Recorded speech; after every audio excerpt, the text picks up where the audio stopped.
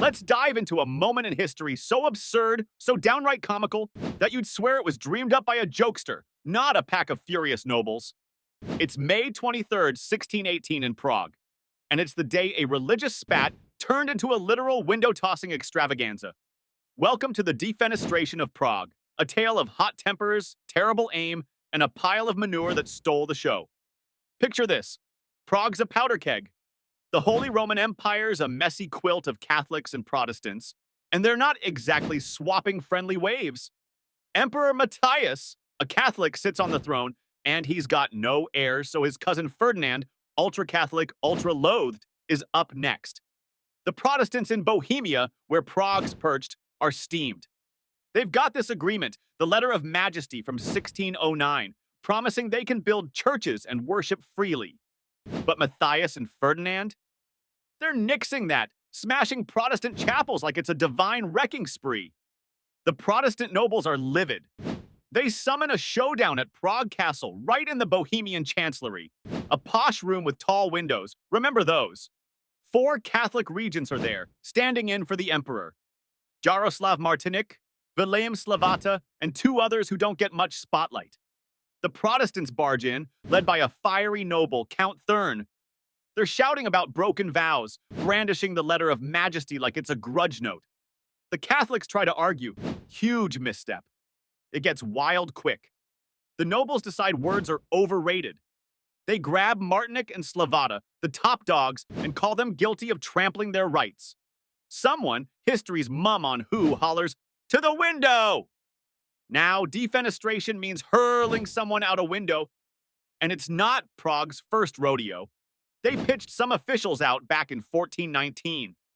But this time, it's comedy central. Imagine the madness. Martinic, a wiry paper pusher, thrashing as they haul him across the floor. Slavata's flailing, probably swearing in Latin. The nobles lift them up, and out they go, 50 feet down from the 3rd floor window. Witnesses say Martinic shrieking like a banshee, arms flapping. Slavata's next, somersaulting head over heels. A secretary, Philip Fabricius, gets tossed too, just for being nearby. The Protestants peer out, jeering, probably slapping palms. Done deal, right?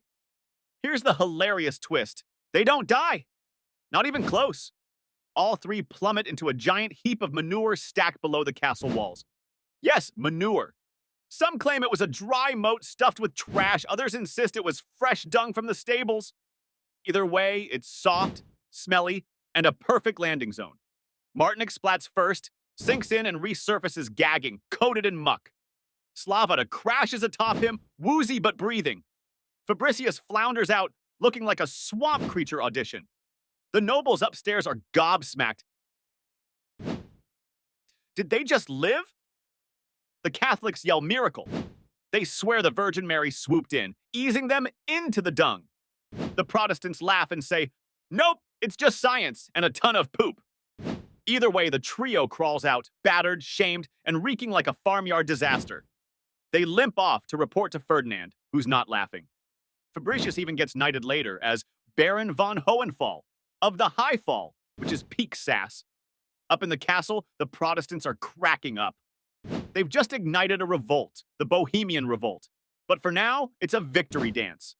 They boot the Catholic regents, set up their own rules, and basically taunt Ferdinand, "Come get us." Spoiler, he tries. This fiasco sparks the 30 Years' War, a continent-wide brawl that kills millions.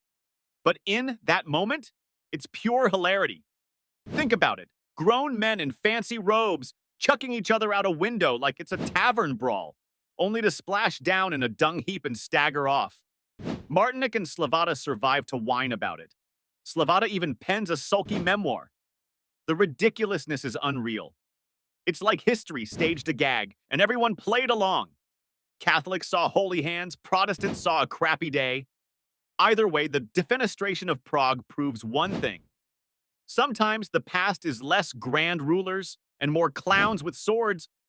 So next time you're mad, maybe skip tossing folks out of windows, unless there's manure to cushion the fall. History's got a wild sense of humor, doesn't it?